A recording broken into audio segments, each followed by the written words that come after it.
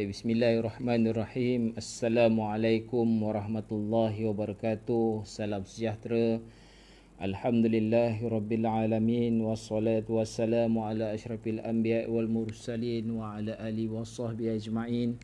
Rabbi shrah li sadri wa yassir li amri wahlul 'uqdatam min lisani yafqahu qawli.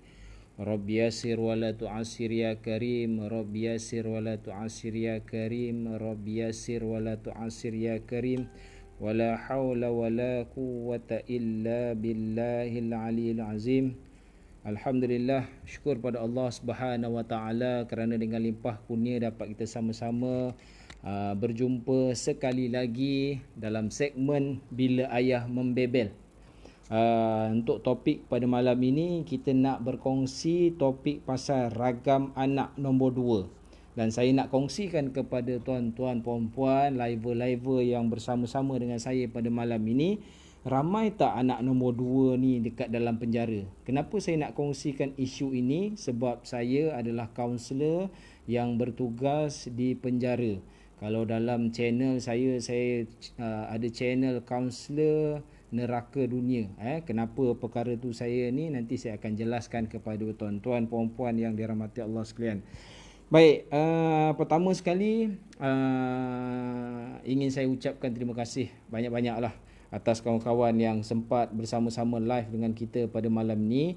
Bagi mereka-mereka yang tak sempat, insya-Allah nanti ada rezeki tuan-tuan boleh ulang siar. Tengok di laman Facebook saya iaitu Izzuddin Ghazali Counselor. Izzuddin Ghazali Counselor. Okey, nak sound check dulu. Check okey tak sound? Nak sound check.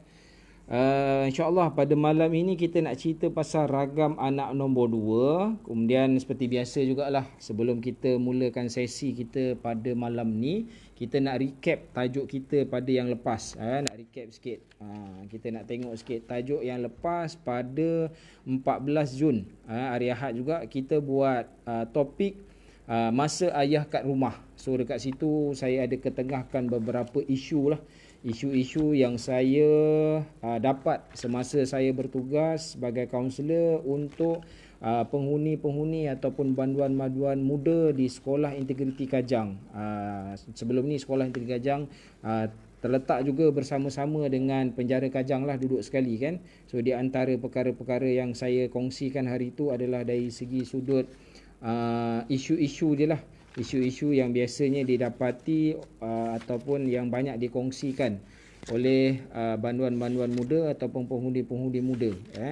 So antara hari itu kita ada sebut isunya ayah jarang ada kat rumah. Ayah sibuk, ayah tak peduli pun kat dia orang. Ayah ada tapi macam tak ada.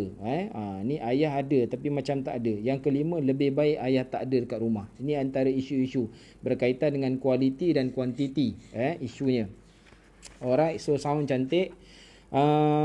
Kemudian ada yang bertanya, topik hari tu saya ada kongsi pasal salah satu tips bagaimana nak mengatasi persepsi ataupun nak mengatasi isu-isu yang saya ketengahkan, stigma anak-anak terhadap ayah terutama sekali. Contohnya ayah jarang ada kat rumah. Ayah sepatutnya kena terangkan kenapa dia jarang ada kat rumah. Dan salah satu tips yang saya kongsikan hari itu adalah tolong jaga ataupun make sure kita jaga orang kuat kita. Orang kuat. Bagi seorang suami, sebagai seorang ayah, dalam rumah tangga ni, kalau kita pergi outstation, kita jarang ada kat rumah, kita sibuk dan sebagainya, kita mesti, salah satu tip dia mesti jaga orang kuat kita. Kalau macam saya sendiri, pada saya orang kuat saya adalah isteri saya lah. Mungkin ada di setengah-setengah tuan-tuan perempuan, family tuan-tuan, orang kuat tuan-tuan ni mungkin anak yang sulung, sebab anak tu dah boleh diharapkan boleh bantu tuan-tuan dan sebagainya, terpulang pada tuan-tuan lah.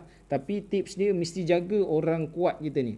Dalam konteks perhubungan rumah tangga dan sebagainya, kita mesti ada orang kanan kita lah. So orang kanan ni pun kena jaga, sebab kita tak nak ada persepsi. Contohnya kalau tuan-tuan perempuan gagal jaga orang kuat ni, nanti dia orang kuat ni ataupun orang kanan ni sendiri sebenarnya yang memberi feedback yang tidak baik. Contohnya bila anak tanya, Umi, ayah selalu tak ada kat rumah lah Umi, ayah ni sibuk lah, Sebab tu penting jaga orang kuat tadi. So umi akan bercerita pada anak, ayah keluar cari rezeki, ayah nak bagi pelajaran yang terbaik untuk anak-anak. So kena bagi tahu. Tapi bayangkan kalau kita tak jaga ataupun orang kuat kita ni dia punya mentally dan juga dia punya emotionally rosak, ataupun dia punya mental pemikiran dia dan emosi dia terganggu. So apa jawapan dia? Nanti dia pun sama-sama, betul lah, umi pun heran lah, sibuk betul lah yang kau ni,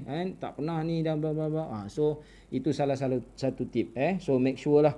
So tolong sama-sama, mudah-mudahan kena jaga orang kuat kita ni, sebab orang kuat kita ni pun penting. Sebab dalam isu rumah tangga, seperti mana yang saya kongsi pada minggu yang lepas, dua-dua mempunyai peranan yang besar. Kita tak boleh letak satu tanggungjawab tu kepada sebelah pihak saja, tak juga. So dua-dua pihak. So malam ni tuan-tuan, saya dah ambil masa 7 minit untuk recap. Dan insyaAllah pada malam ni kita nak cerita pasal ragam anak nombor 2. Okay, so insyaAllah juga pada malam ini saya nak bagi tahu dengan tuan-tuan segmen Bila Ayah Membebel, ragam anak nombor 2. Ini ditaja oleh Periuk Viral Destiny. Periuk Viral Destiny ni ditaja oleh Puan Syahrul Azwan. Puan Syahrul Azwan. So boleh rujuk dekat link nanti, insyaAllah nanti Puan Syahrul Azwan ataupun dalam Facebook ni nama Syadin, dia akan bagi link lah kalau bagi mana-mana tuan-tuan yang berminat nak dapatkan periuk di sini ni, yang sedang viral sekarang ni tuan-tuan. Memang viral lah. Ini pun salah satu mengambil contoh jaga orang kuat tuan-tuan perempuan dekat rumah, suami-suami. So masa PKP hari tu, so sepatutnya tuan-tuan memberi penghargaan sebaiknya kepada orang yang berada dekat rumah. So itu adalah salah satu contoh yang terbaik lah, supaya dia terus sustain, berada di tahap motivasi yang sangat tinggi, bersemangat dan sebagainya. So salah satunya mungkin dengan menghadiahkan periuk ni. Ini malam ni saya tunjuk contoh periuk warna hijau ni, dia antara best seller lah tuan-tuan. Antara best seller. Okey, yang review pasal periuk macam biasa last kali nanti. Review pasal periuk last kali nanti. Cuma tajuk kita pada malam ini ragam anak nombor 2. Pertama sekali, sebelum kita pergi lebih jauh, kita dimaklumkan dan kita sedia maklum, hari ini katanya hari bapa, hari bapa, hari ayah, hari papa dan sebagainya lah. Kalau dalam konteks Islam, tidaklah menghalang untuk menyambut hari bapa ni, tetapi dengan keadaan ataupun dengan cara yang digariskan oleh agama lah, berdasarkan Al-Quran dan Sunnah. So bukan dengan niat nak meniru budaya ataupun agama lain, dan juga janganlah hari bapa ni disambut semata-mata hari ini je. Hari ini semua orang pergi sambut hari bapa, lepas tu hari lain dia tak peduli dengan bapa dia. Islam tidak mengajar macam tu. Dan jangan berlebih-lebihan lah. Boleh nak sambut, nak raikan, nak bergambar ke, nak apa, tak ada masalah. Mungkin hari ini adalah hari yang lebih lagi daripada hari-hari biasa. Tapi sebaik-baiknya Islam menganjurkan ibu dan ayah ni diraikan pada setiap hari. So kita kena jelas lah dekat situ. Jangan kita sampai terikut-ikut dengan budaya dan agama orang lain. So itu tidak dibolehkan lah. Malah diharamkan jika ia berlebih-lebihan. Alright. So saya hello dulu kawan-kawan yang dah masuk. So terima kasih kawan-kawan yang mengikuti live kita pada malam ini. Andai ada apa-apa persoalan, ada nak berkongsi, boleh sharekan dekat dalam kita punya komen. Okay. So malam ni tajuk kita ragam anak nombor 2. Ramai tak anak nombor 2 ni dekat dalam penjara. So kenapa saya highlightkan benda ni? Sebab ada isu berdasarkan survey, berdasarkan sesi kaunseling yang saya jalankan, mungkin sedikit sebanyak dapat membantu tuan-tuan perempuan menguruskan hal ehwal ataupun berkaitan dengan anak-anak. Dalam buku bacaan dia tak ada spesifik anak nombor 2 lah. Kadang dia tulis anak nombor 2 ataupun anak tengah. Anak nombor 2 ataupun anak tengah. Alright. So tapi saya ambil tajuk ni juga sebenarnya pada 17 bulan 6 hari tu, anak nombor 2 saya punya birthday lah. Memang unik dan istimewa anak nombor 2 ni, tetapi kita akan bincangkan satu persatu. Baik, sebelum kita pergi lebih jauh, biasanya dalam topik saya, topik yang pertama dulu, topik yang kedua, topik yang ketiga, kita akan mulakan dari segi perspektif Islam. supaya kita nak tengok Islam menggariskan bagaimana tajuk kita pada malam ni, supaya kita tak pergi jauh sangat, supaya kita tak melencong jauh sangat, supaya kita ada satu pegangan. So agama Islam, dalam topik saya ni saya banyak meletakkan perspektif dari segi sudut agama Islam, kemudian nanti baru kita hurai daripada sudut mungkin pemikiran, emosi, tingkah laku, behavior, sosial dan sebagainya, ekonomi dan sebagainya. Tapi kita tengok apa Islam tengok dari segi tajuk ragam anak nombor 2 ni. Okey. Alright, yang pertama sekali tuan-tuan, dari segi perspektif Islam. So saya ingat tuan-tuan biasa dengar hadis yang diriwayatkan oleh Abu Hurairah radhiyallahu anhu, di mana tidaklah seorang bayi yang dilahirkan melainkan dalam keadaan fitrah. Ibu bapalah yang bertanggungjawab mewarnakan dan mencorakkannya, sama ada ia akan menjadi Yahudi, Nasrani dan Majusi. Ini hadis riwayat Bukhari dan Muslim. So ini Rasulullah sallallahu alaihi wasallam sabda. So kalau dari segi Islam tak kata anak nombor 1 ni bagus, anak nombor 2 ni tak bagus, anak nombor 3 ni teruk, anak nombor 4 ni teruk dan sebagainya, tak ada. Biasanya kadang-kadang kita pun selalu terbaca dekat dalam Facebook ataupun di media sosial. Kadang-kadang untung ataupun dia kata beruntung kalau kahwin dengan suami anak nombor 2. Untung kalau kahwin dengan isteri anak bongsu. Sebenarnya kedudukan anak tu kalau dalam Islam tidak menjaminkan apa-apa pun. Anak nombor 1 ke, nombor 2 ke, nombor 3 ke, dalam Islam, dalam agama Islam semuanya sama. Sebab bagi kita yang sudah berumah tangga, kalau siapa-siapa yang perasan, kebanyakannya kita akan lihat bahawa kehadiran cahaya mata ni merupakan rezeki buat kita. Rezeki. Tapi tuan-tuan, dalam dunia ni ada dua. Satu rezeki, satu ujian. Hari tu saya ada kongsikan, ada orang bila hujan dia anggap itu rezeki, bila sakit dia anggap itu ujian. Tapi ada juga orang dia anggap sakit itu rezeki, hujan itu ujian. So bergantung kepada keadaan seseorang tu macam mana dia melihat sesuatu sudut. So ada ujian, ada rezeki. Ada orang Allah turunkan bagi dia cahaya mata. Di peringkat awal ada ujian, adalah beberapa kengkangan, kita pun tak pastilah beberapa keadaan di mana tuan-tuan diuji. Tapi selepas tamat tempoh tu, rupanya ada rezeki yang menanti. So ini yang kita kena lihat dan kita perhalusi. Tetapi dalam Islam tidak ada menggariskan anak nombor 2 ni apa. Saya cuba cari nas dan dalil yang menyebut berkaitan isu ataupun topik kita hari ini dari segi perspektif Islam, tapi tak ada. Memang tak ada. Maksudnya Islam tidak ada menggariskan dalam Al-Quran, dalam hadis pun tak ada menggariskan bahawa anak nombor 2 sekian-sekian, anak nombor 3 sekian-sekian, anak nombor 1 ke apa ke. Dalam Al-Quran pun tak ada. So dalam hadis Rasulullah, dia kata setiap anak yang dilahirkan ini fitrah. Fitrah. So ibu bapalah yang bertanggungjawab mewarnakan dan mencorakkan, sama ada ia menjadi Yahudi, Nasrani dan Majusi. Ini hadis riwayat Bukhari dan Muslim. Kemudian Islam juga meletakkan taraf anak ni sama tanpa mengkategorikan kedudukan mereka. So anak ni sama. Tak ada anak nombor 1 ni sepatutnya macam ni, anak nombor 2 sepatutnya macam ni, tak ada. So maksudnya anak nombor 1 ni kalau perempuan dia punya kasih sayang dia macam ni, anak nombor ni tak ada. Dia tidak ada di setengah-setengah, ada budaya dan bangsa di mana kadang-kadang anak perempuan dapat kelebihan, anak lelaki dapat kelebihan. Tak, dalam Islam semuanya sama. Semuanya sama. Allah terima, Allah lihat perkara ini semuanya sama.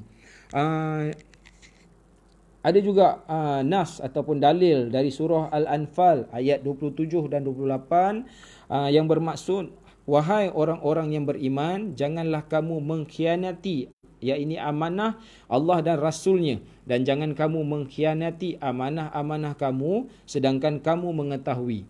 Dan ketahuilah bahawa harta benda kamu dan anak-anak kamu adalah ujian bagi kamu, dan sesungguhnya Allah di sisinya pahala yang besar. So dalam surah Al-Anfal, ada menyebut bahawa jangan kita manusia ini mengkhianati amanah yang telah diberi. So dalam konteks ini, amanah, salah satu amanah yang diberikan kepada kita adalah anak-anak kita. Anak-anak kita. So dalam Islam ni, anak-anak ni adalah amanah. So jangan kita ketahuilah bahawa harta benda kamu dan anak-anak ni adalah sebahagian daripada ujian yang Allah bagi. So sebahagian daripada ujian. So okay, alright. So itu dari segi perspektif Islam. So maksudnya Islam tidak meletakkan anak nombor 1, 2 dan 3 dan sebagainya, tidak ada mengkategorikan, cuma bahan-bahan bacaan. Bila saya cari, saya Google, memang terdapat dari segi sudut pandangan psikologi, dari sudut pandangan ekonomi, dari sudut pandangan kekeluargaan, ada yang berkongsi. Saya sendiri pun tuan-tuan, kenapa saya nak bawa topik ni? Sebab ada ibu bapa yang berkongsi pasal ragam anak nombor 2 ni lah. Cik, anak nombor 2 saya ni pelik lah cik. Tak itu, tak ini, lain daripada yang lain. Anak nombor 2 saya ni degil lah cik. Anak nombor 2 saya ni lain yang saya suruh, lain yang dia buat. Anak nombor 2 saya ni kalau saya suruh buat yang itu, dia tak nak buat yang itu, dia buat yang anak nombor 2 saya ni lagi kita tak bagi, lagi dia nak buat. Kadang-kadang dia mengganggu ataupun dia merosakkan kita punya mood ataupun kita punya emosi, terganggu. So itu anak nombor 2. Tetapi tuan-tuan, nak bagi tahu dengan tuan-tuan, perkara itu mungkin ujian lah untuk kita, ujian bagi mereka yang boleh menghurai ataupun menghandle ataupun menguruskan dengan sebaik yang mungkin. So perkara itu tidak jadi masalah pada mereka. Ada rakan-rakan yang berkongsi dengan saya, dia kata dia tak ada isu dengan anak nombor 2. Dia ada masalah dengan anak nombor 1 pula. Sebab apa? Dia kata anak nombor 1 saya lelaki, anak nombor 2 saya perempuan. So ibu dengan anak yang kedua tu, dia kata dia tak ada masalah. Boleh cerita heart to heart, boleh bertampar, boleh shopping sama-sama. Tapi dengan anak lelaki ni susah. So ada orang ada isu dengan anak nombor 1, ada orang anak nombor 2, ada orang anak nombor 3. So sebenarnya dari segi Islam tidak ada masalah anak nombor 1, nombor 2. Cuma kadang-kadang kehebatan manusia ni tuan-tuan, ataupun keunikan manusia, bila kita baca tentang perkara tu, kadang-kadang bila kita fikirkan benda tu terjadi. Saya bagi satu contoh. Saya yakin dan percaya ada di antara tuan-tuan yang pernah dengar dan pernah tahu, bila anak ada pusar, ada orang ada pusar 1, ada orang pusar 2. Bila pusar 2, apa dia kata? Oh, anak kau ni degil ni.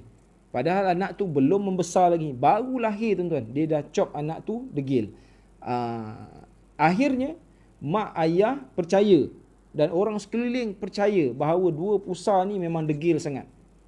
Tapi sebenarnya adakah kedegilan seseorang tu hanya bergantung kepada pusar rambut dia, kepala dia je? Sebenarnya tidak semata-mata. Tapi bila kita sudah percaya, kita sudah yakin apa yang orang cakap dengan kita, kita ambil apa yang orang cakap tu bulat-bulat, akhirnya patutlah mak dah tahu dah, sebab tu kau degil, sebab kau daripada kecil dulu. Memang sebenarnya tak. Kita pernah dengar tak ada orang kata kalau ada lekuk kat belakang ni, kat kita punya tengkuk ni ada lekuk kan, dia kata apa? Ada orang kata kedekut tu. Ada orang ada lekuk, tak kedekut tuan-tuan, pemurahnya. Ada orang tak ada lekuk, memang kedekut tai hidung masin tuan. So maksudnya lekuk tu bukan faktor utama. Itu bukan faktor utama. So bila kita yakin dan percaya, akhirnya kita percaya. Sebab tu kalau tuan-tuan Google berkaitan dengan anak nombor 2 ni, memang banyak bahan bacaan memang mengatakan bahawa anak nombor 2 ni itu, anak nombor 2 ni ini. Sebenarnya anak nombor 2 ni, setiap anak ni ada ujian masing-masing. Kadang-kadang ada orang dia kata anak nombor 1 dia perempuan, anak nombor 2 dia perempuan, so tak ada masalah. Tapi sebab anak nombor 1 dia perempuan, anak nombor 2 dia lelaki, so dia ada isu lah kat situ. Sebab pertama sekali, menguruskan anak lelaki dan anak perempuan sudah pasti berbeza. Kita tak boleh kata, kebanyakannya bila datang buat sesi, cik, anak lelaki saya ni susah lah cik, belajar tak macam kakak dia. Takkan kita nak samakan anak lelaki kita macam kakak dia, macam anak perempuan. So perempuan ada kelebihan perempuan, lelaki ada kelebihan lelaki. Kita kena faham. Kadang-kadang kalau kat universiti dulu pun, kalau kita tengok nota budak lelaki dengan budak perempuan, memang jauh berbeza tuan. Kadang-kadang nota budak perempuan ni cantik, berkala-kala, berbunga-bunga, berawan-awan warna, dengan pensel, pen biru ada, pen merah ada, pen hitam je. Kadang-kadang lelaki satu je pen dia. Itu je lah, macam tu lah nota. Itu nasib baik ada buku nota. Ada anak lelaki, buku nota pun tak ada tuan. Bila dah nak peksa, pinjam buku nota orang perempuan, photostat, itulah yang dia baca. Macam mana dia nak tu? Itulah ada perbezaan antara lelaki dengan perempuan. Tapi kita kena yakin bahawa setiap anak ni ada rezeki masing-masing. Okey. Alright. Seterusnya tuan-tuan, kenapa isu anak nombor 2 ni saya highlightkan? Sebab memang saya tak nafikan ramai ibu bapa yang hadir ataupun jumpa dengan saya mengatakan bahawa ada keunikan lah dengan anak nombor 2 ni. Tetapi saya nak kongsi dengan tuan-tuan hari ini.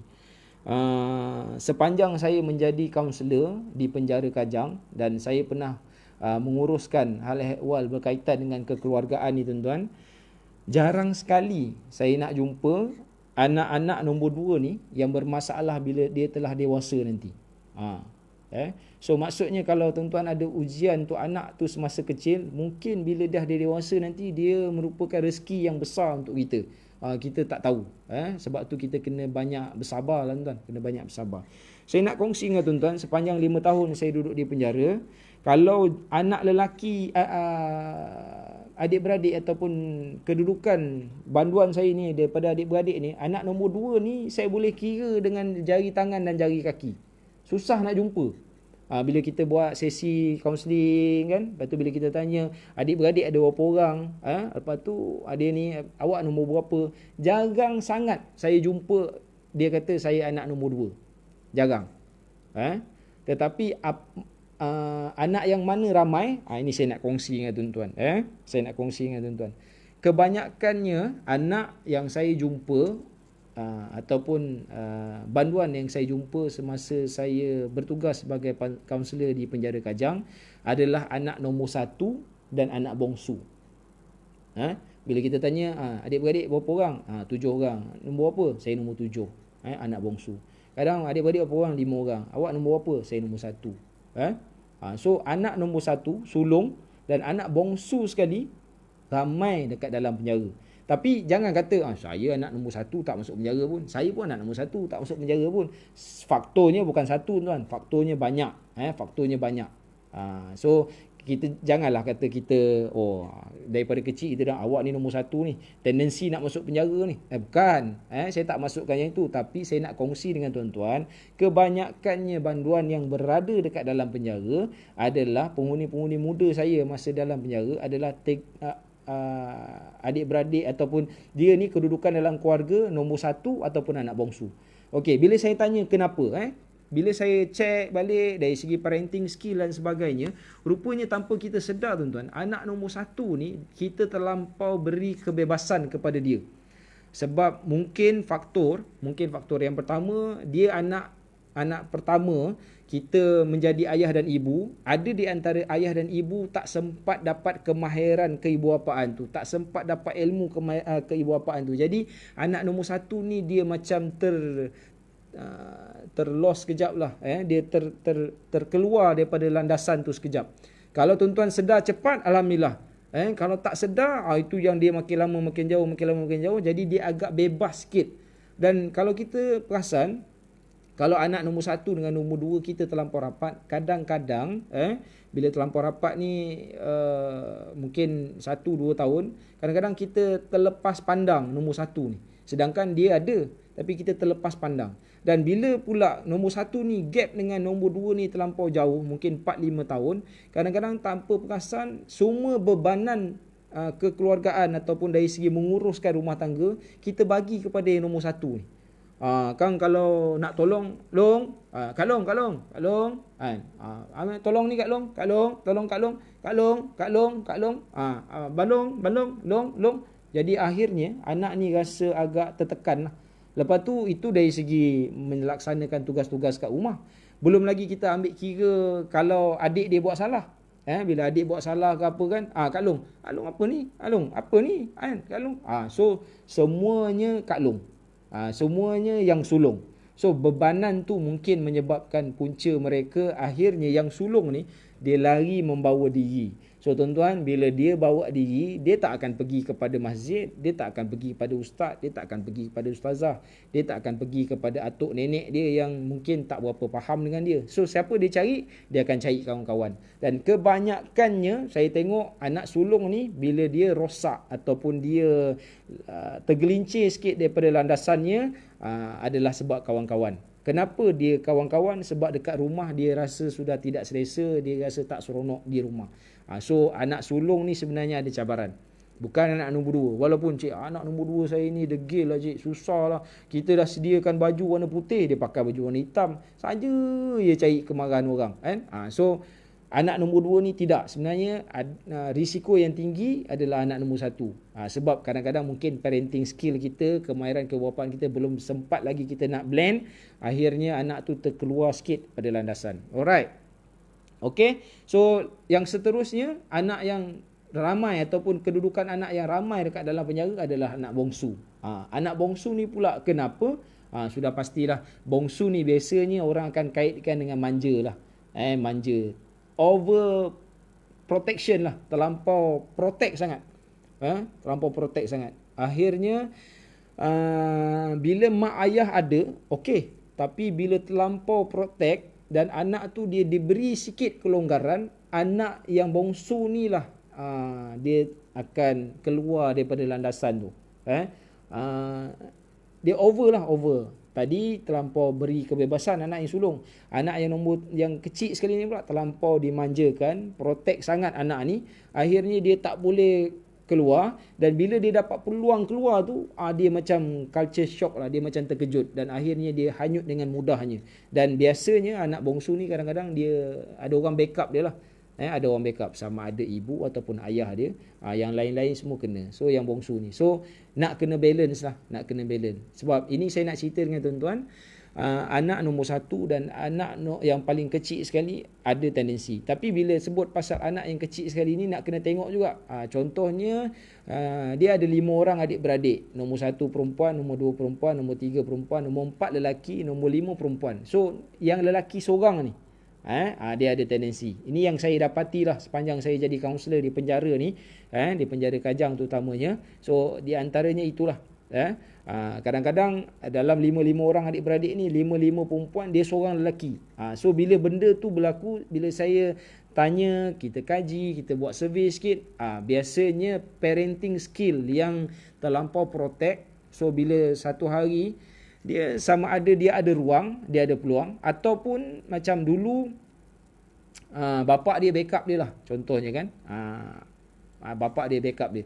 Bila bapak dia dah tak ada dalam family tu, sama ada bapak dia outstation ataupun bapak dia sudah meninggal dunia ataupun berlaku penceraian antara suami isteri. So bila dah tak ada bapak tu, akhirnya dia terus lost lah. Dia terus lari daripada landasan dia. Sebab apa? Sudah tak ada orang yang backup. Sebab tu kalau kita cerita pasal pengurusan anak ni, dia tak boleh terlampau serahkan 100%, tak boleh juga tak bagi langsung 100%. Kalau dari segi kedudukan umur tu, biasanya kalau kita membaca buku dari segi parenting skill, kalau anak umur 1 hari hingga 1 tahun, so totally 100% tu ada pada kita. Kita adalah the powerful lah. Power tu memang ada pada ayah dan ibu. Lepas tu bila dia dah melepasi umur setahun, kita dah boleh bagi sikit-sikit dah. Mungkin 2%, 3% bagi kepada anak. Contohnya bila anak dah setahun, mungkin dia dah boleh berjalan. So bila nak minta dia tolong ambil barang ke apa ke, kita dah boleh minta dia lah. So kita dah mula bagi tanggungjawab. Jangan umur dia dah setahun kita still pegang lagi 100%, umur dia 2 tahun kita pegang lagi 100%, sampailah dia membesar. Kita tak membina dia punya karakter, kita tak membina dia punya kepribadian, kita tak bagi dia tanggungjawab. Sebab tuan-tuan kena tahu, tuan-tuan kena sedar, ibu bapa, bahawa sebenarnya dengan tanggungjawab seseorang anak ini akan matang. Kena bagi dia sikit kena lepaskan. Mungkin anak kita 5-6 tahun ataupun dah masuk darjah 1, dia dah boleh uruskan pinggan mangkuk dia sendiri, dia boleh basuh pinggan dia sendiri walaupun dia ada bibik dekat rumah. Sebab tanggungjawab ataupun tugasan akan mematangkan seseorang anak. So kita kena tengok dan kita kena lihatlah. Alright. So itu isu dia, anak nombor 2. So jangan risau dengan anak nombor 2 ni. InsyaAllah kadang-kadang tuan-tuan, saya dapat banyak pengalaman dan banyak bertanya dengan orang. Ada orang anak nombor 2 ni memang masa kecil memang macam-macam ragam, memang macam-macam masalah, memang macam-macam isu. Ada tu saya kata anak saya ni yang nombor 2 ni kata setahun kalau sekali tak pergi sekolah pasal isu dia ni macam tak sah. Macam tak lengkap, macam tahun ni tiba-tiba tahun ni macam tak pergi lagi sekolah sebab kat bangah ni contohnya lah. Tetapi dia kata bila dah dewasa, cik, ya Allah, inilah anak yang jaga saya, inilah yang rajin telefon saya, inilah yang rajin menguruskan saya. So sebenarnya kedudukan anak nombor berapa bukan jaminan apa-apa. Cuma rezeki tuan-tuan, ada orang dia jumpa ujian dulu kemudian baru rezeki. Ada orang dia jumpa rezeki dulu kemudian baru ujian. So cepat-cepatlah kalau kita rasa itu rezeki, gunakan rezeki sebaik mungkin supaya dia terus menjadi rezeki pada kita. Tetapi tidak berimanlah seseorang jika Allah tak bagi ujian kepada dia, sebab ujian ini tanda Allah sayang, kan? Semakin kita bersabar dengan ujian yang datang, makin sayang Allah pada kita dan makin kita dekat dengan Allah. So kita tak boleh hapuskanlah. Susah nak jumpa orang daripada kecil sampailah dia meninggal dunia tak pernah dapat ujian, semuanya rezeki saja. Memang susah, mustahil tuan-tuan. Sebab dengan ujian kita akan dapat sesuatu yang lebih indah lagi daripada itu. Okay? So jangan risau dengan anak nombor 2. Ramai dah tanya dengan saya, cik, macam mana cik, anak nombor 2 saya ni, anak nombor 2 betul ke cik, anak nombor 2 ni masalah cik. Bila saya buat topik, ramai tak anak nombor 2 dalam penjara ni dah, cik kenapa cik anak nombor 2 ni memang masuk penjara ke cik? Tak ada tuan. Sebab faktor kematangan anak, faktor kehebatan anak kita banyak disumbangkan oleh faktor-faktor sekeliling. Tapi ibu dan ayah main keperanan besar. Cuma malam ni tuan-tuan, saya dah hampir setengah jam, saya ada 15 minit lagi. Saya nak kongsi dengan tuan-tuan beberapa dapatan yang saya baca. Okey. So pertama sekali tuan-tuan, anak tak kira anak lelaki ataupun anak perempuan, anak yang rapat dengan ayah, IQ-nya lebih tinggi. IQ-nya lebih tinggi. Ini survey daripada Father Involvement Research Alliance, di mana anak yang rapat dengan ayah, dia punya confidence level, dia punya kestabilan emosi dan dia akan jadi berani. So anak yang rapat dengan ayah. So anak yang 3 tahun lebih ataupun 3 tahun ke atas lebih bijak bersosial, mudah sesuaikan diri dan IQ-nya lebih tinggi. So biasanya kalau kita tengoklah, cuba tuan-tuan tengok sekeliling tuan-tuan, betul tak research ni? Sebab research yang dibuat oleh Father Involvement Research Alliance, di mana confident emosi anak, kestabilan emosi anak berani ni, bila dia rapat dengan ayah, dia akan dapat benda tu. So maksudnya ayah punya peranan dalam keluarga. So penting. Yang kedua, bila anak ni rapat dengan ayah, dia cenderung lebih confident dan berani. So tanpa mengira anak lelaki atau anak perempuan, dia lebih cenderung lebih confident dan berani. Yang ketiga, dari segi akademiknya lebih baik. Bila sebut pasal rapat dengan ayah ni, bukanlah dia mengenepikan terus ibu dia dalam peranan dalam rumah tangga. Dia maksudnya rapat ni maksudnya ayah terlibat sama dalam aktiviti ataupun perjalanan kehidupan anak tu.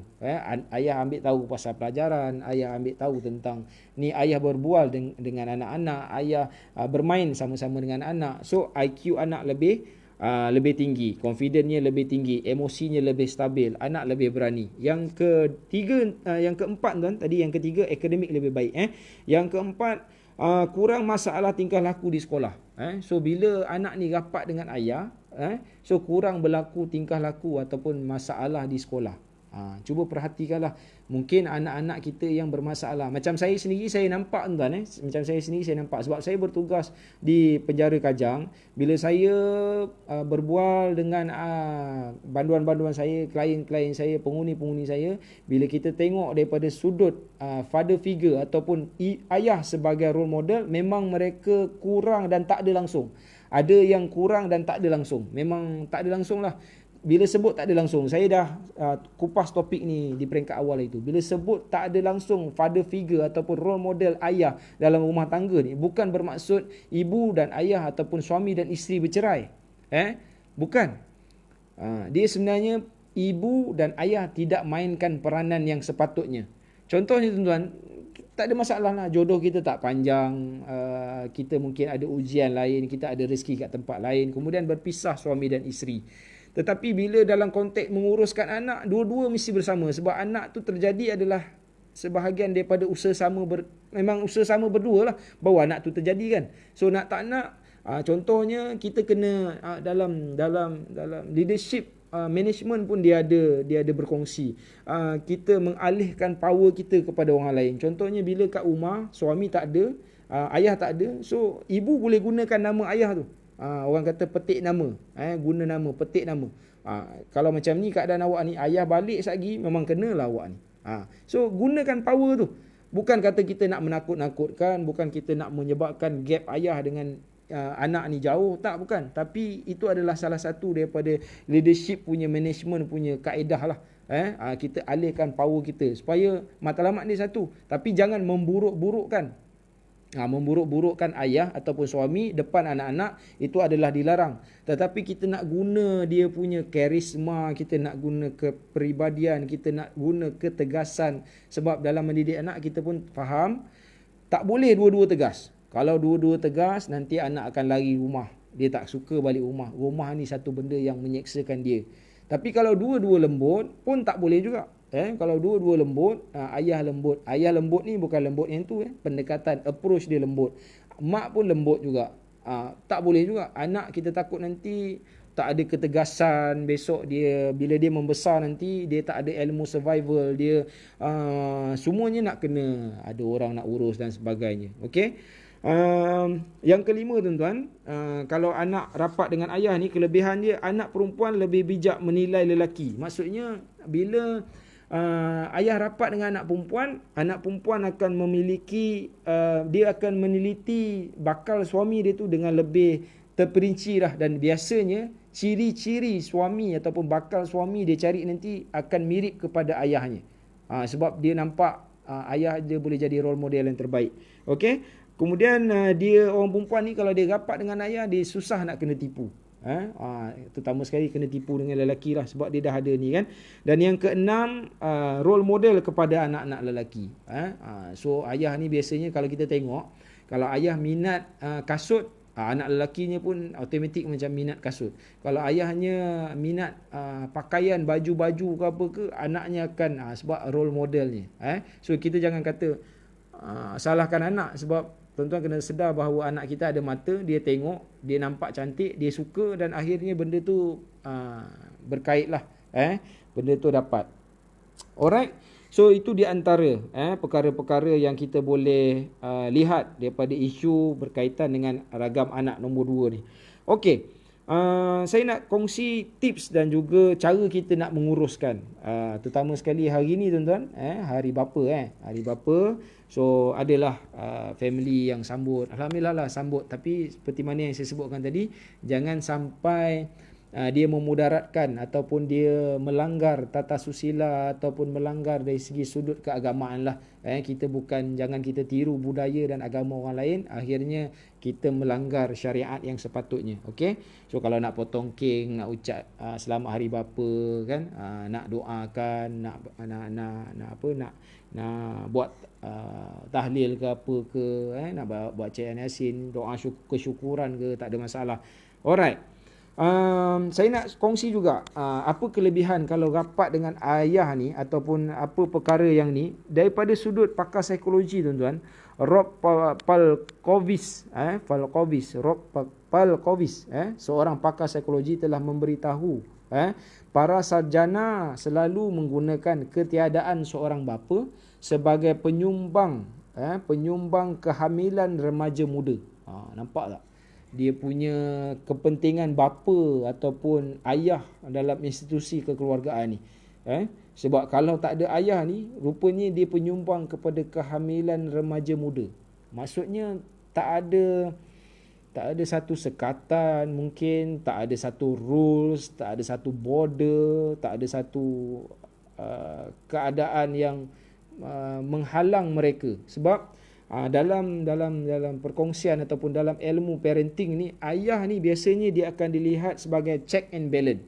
Macam contohnya buat satu-satu keputusan, tak apa, nanti Umi tanya ayah dulu. Ayah ni akan jadi check and balance.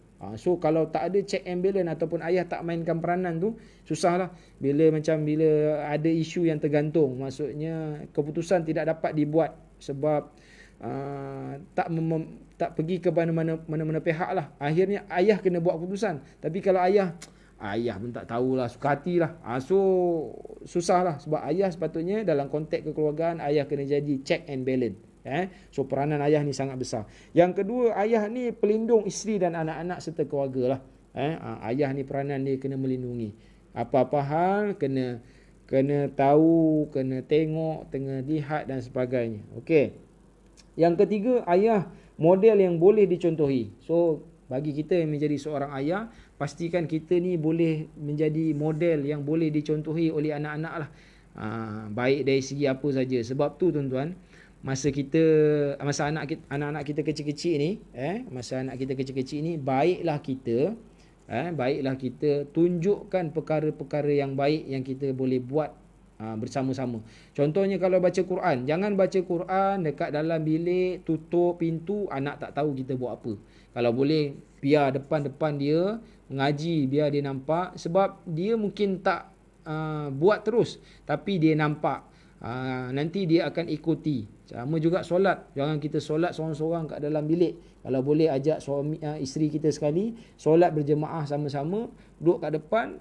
Peringkat awal mungkin dia tak ikut, tapi lama kelamaan dia nampak. Tapi janganlah bila anak kita dah 7 tahun dia tak ikut, kita biarkan. So kita kena ajak dia sekali.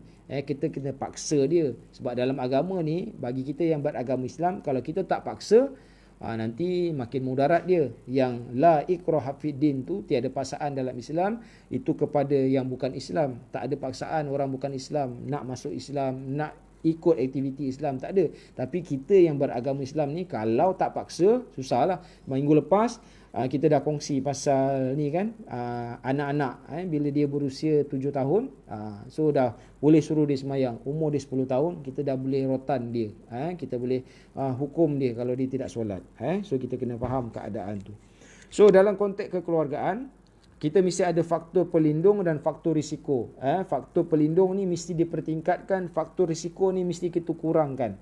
Contohnya bila suami isteri bercerai, so anak-anak ni dia dah ada faktor risiko dekat situ. Faktor risiko, atuk nenek, pak cik, mak cik, saudara mara, adik-beradik yang lain dah melihat dia ni satu ada faktor risiko dekat situ. Sebab apa? Isu perceraian tu ada faktor risiko. Tapi janganlah kita risaukan. Sebenarnya faktor risiko ni akan menjadi kurang bila kita tingkatkan faktor pelindung dia. So bagi kita yang beragama Islam, kita benteng dia dengan agama kita. Tapi bukan jaminan tuan. Sebab kita kena tahu pelbagai sudut boleh mempengaruhi anak kita. Kawan-kawan, faktor sosial, media sosial, sebagainya. Hari ni lagilah kita takut tuan. Media sosial, dia tak perlu keluar daripada rumah untuk buat sesuatu perkara yang tak senonoh. Dalam bilik dia saja, hanya dengan di hujung jari saja, kalau dia nak buat apa saja, dia boleh buat apa saja. Kalau tak percaya tuan-tuan, tengoklah. Macam-macam. Kalau saya pun saya tak sanggup nak tengoklah kata kan, macam tak ada kerja lain. So hati-hati. Dan saya pernah berkongsi dulu dengan tuan-tuan, bagi kita yang ada anak perempuan sudah remaja, sudah dewasa, handphone adalah satu perkara yang sangat membahayakan anak perempuan. Bagi anak lelaki, motosikal. Bagi anak lelaki, motosikal. Sebab saya buat survey, saya buat sesi kaunseling saya dekat di dalam penjara Kajang, itu di antara isu. Bila dah dapat motor memang panjang akal yang lelaki, lepas tu macam-macam cara dan kaedah yang akan berlaku kalau tidak dipantau dengan baik. Yang anak perempuan pula handphone. So bagi tuan-tuan perempuan yang telah menyerahkan handphone kepada anak tuan-tuan, terutama sekali anak perempuan, boleh, tak apa, tak ada masalah, tapi tolong pantau. Sebab dengan handphone hari ni, macam-macam boleh jadi. So macam-macam boleh jadi.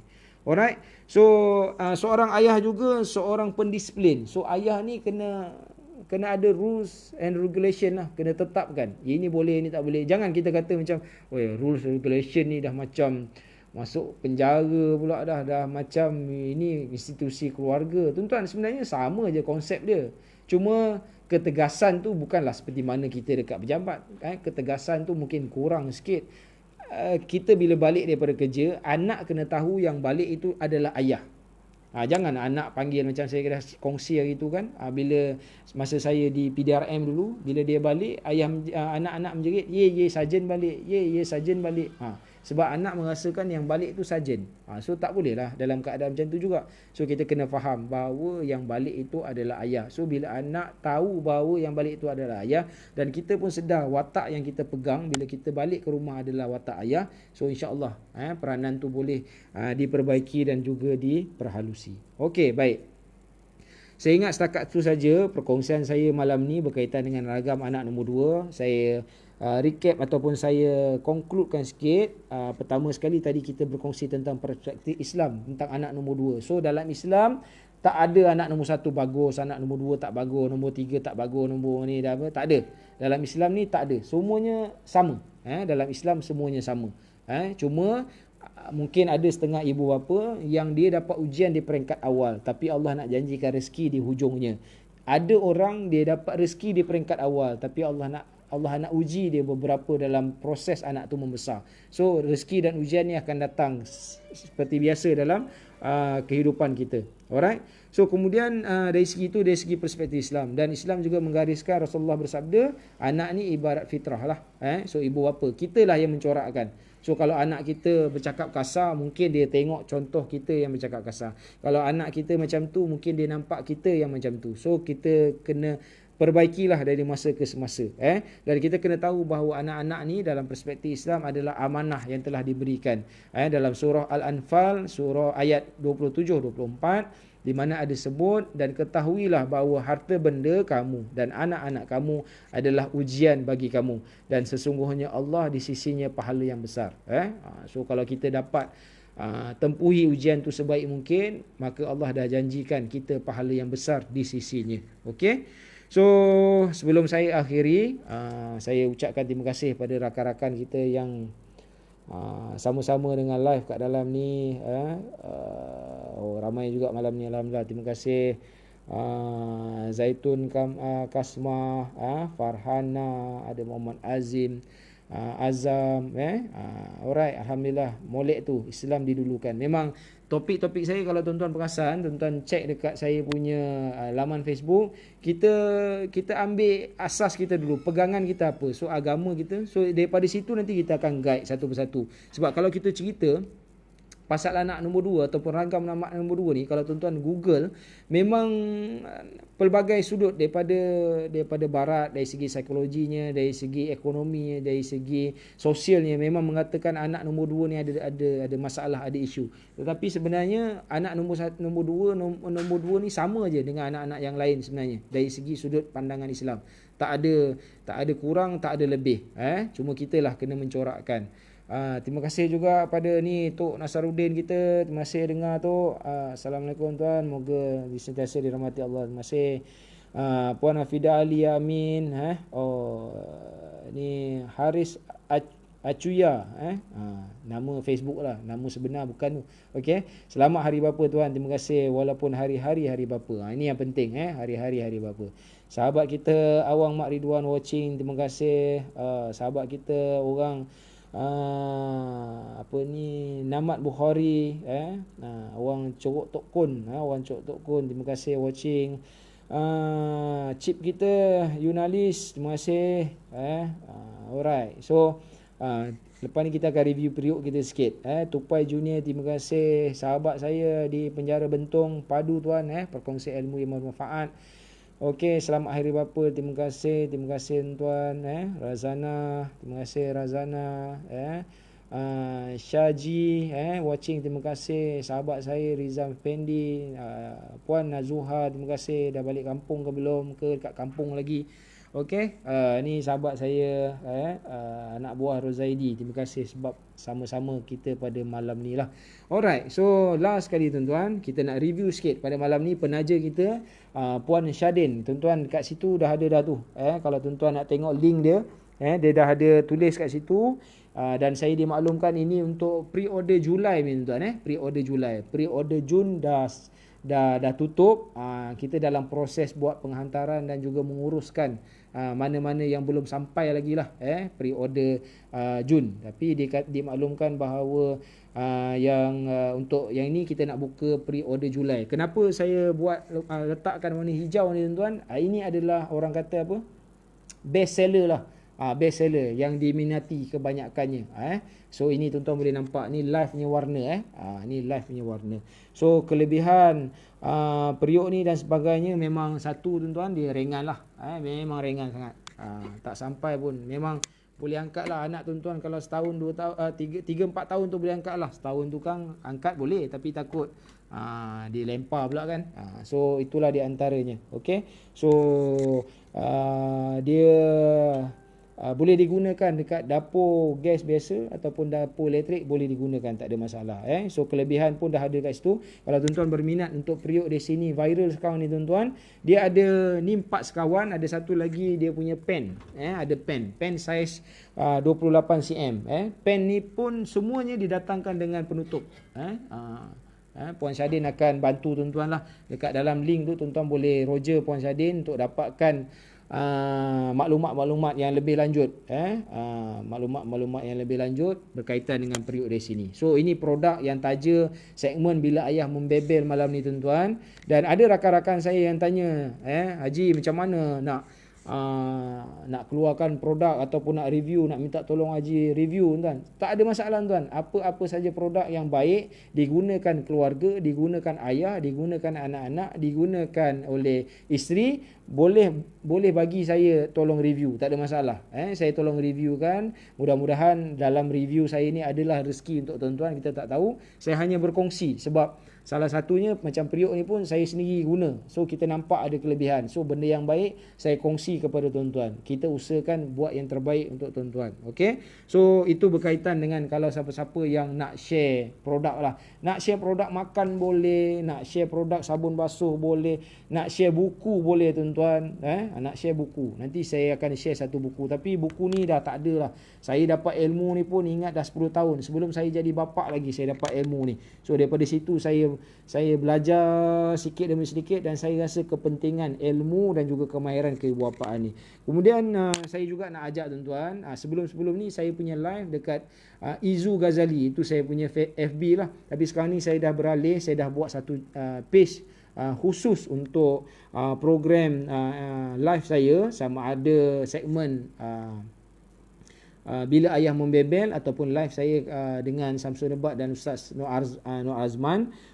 Kita tuan-tuan boleh pergi kepada Izzuddin Ghazali Counselor. Dekat sana saya akan share lah bahan-bahan bacaan, mungkin buku-buku yang saya baca, bahan-bahan bacaan daripada internet ke apa yang saya rasa baik, saya akan kongsi kat situ. Berkaitan dengan kekeluargaan, motivasi, mungkin dari segi kata-kata hikmah, kata-kata hadis Nabi dan sebagainya, saya akan kongsi kat situ lah tuan-tuan. Mudah-mudahan. Kemudian saya nak ajak tuan-tuan, tolong share, tolong like, tolong view saya punya page. Mudah-mudahan dia dapat berkongsi. Sebab benda ni saya terbuka tuan-tuan, sebab saya tengok ada orang share benda yang tak senonoh lah pada saya, yang tak sesuai lah, tapi viewnya berjuta tuan-tuan.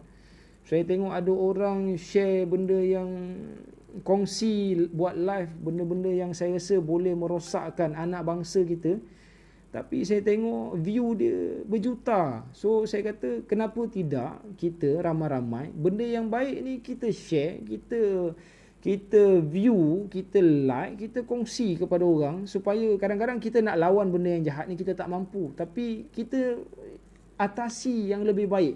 Macam contohnya view-view ataupun video-video yang baik, yang berkasih sayang, tolong menolong, rakaman ustaz-ustaz, ustazah-ustazah yang boleh bagi input kepada kita, kita share lah, kita view, kita kongsi, kita like.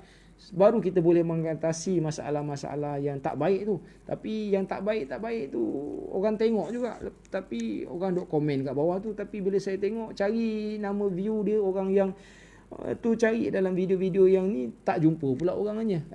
So mudah-mudahan lah perkongsian kita sedikit tuan-tuan boleh dapatkan di page Izzuddin Ghazali Counselor. Mudah-mudahan memberi manfaat kepada tuan-tuan. Last sekali tuan-tuan, ini saya dapat masa sifu saya, Datuk Dr. Hassan Ali. Ini di antara buku yang saya selalu rujuk, Teknik Mendidik Anak Bermasalah, panduan praktikal untuk ibu bapa dan penjaga. Saya rasa buku ni dah tak ada keluar lagi lah, sebab last cetakan dia masa saya beli ni pun tahun 2001. 2001. Saya rasa dah tak ada lah. Kalau tuan-tuan berminat nak dapatkan bahan-bahan, saya akan kongsi beberapa bahan-bahan bacaan lah. Saya akan tulis nanti, ataupun saya akan snap gambar dia.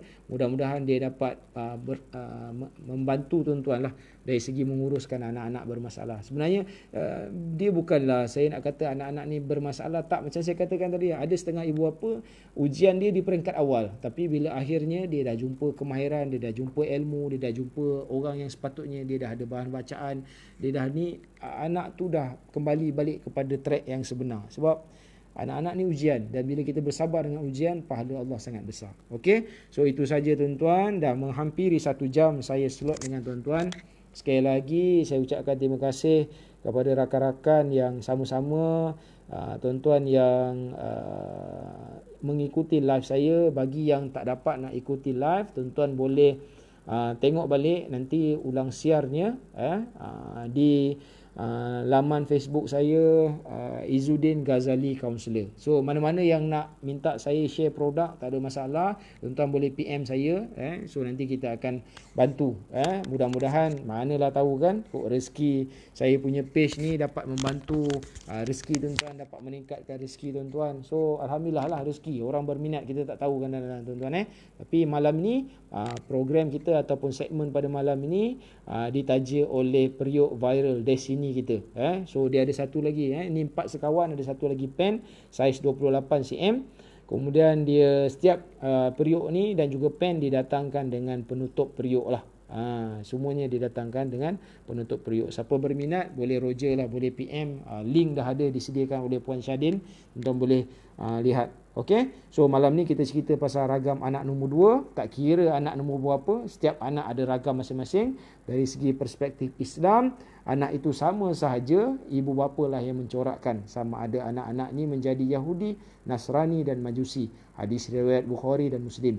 InsyaAllah tuan-tuan, kita akan berjumpa di segmen ataupun siri yang keempat nanti. Dalam segmen Bila Ayah Membebel, InsyaAllah topik kita minggu depan, kita nak bawa topik magic word in family. Kata-kata magic yang perlu ada dalam setiap keluarga. Wajib ada perkataan ni. Kalau perkataan ni tak ada, maksudnya kita risau kita akan membina kepribadian anak yang tak baik. So amalkan, kena jadikan. So itu kita akan jumpa insya-Allah pada minggu hadapan.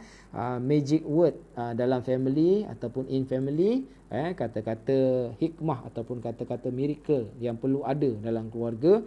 So mudah-mudahan perkongsian saya ni sedikit sebanyak memberi manfaat kepada tuan-tuan dan puan-puan. Saya minta ampun, minta maaf daripada ujung rambut sampai hujung kaki. Kata terkasar bahasa, ada tersalah kata, ada tersentuh mana-mana, tidak ada niat saya. Niat saya hanya untuk berkongsi ilmu, berkongsi pengalaman berdasarkan apa yang pernah saya lalui. Saya minta ampun sekali lagi. Sekiranya ada salah silap, tuan-tuan boleh PM saya, tegur saya mana-mana yang saya kurang, mana saya tak betul. Mudah-mudahan saya akan memperbaiki dari hari ke hari. Slot ataupun segmen yang saya buat ini, iaitu segmen Bila Ayah Membebel. Itu saja. Wabillahi taufiq wal hidayah. Assalamualaikum warahmatullahi wabarakatuh. Terbaik.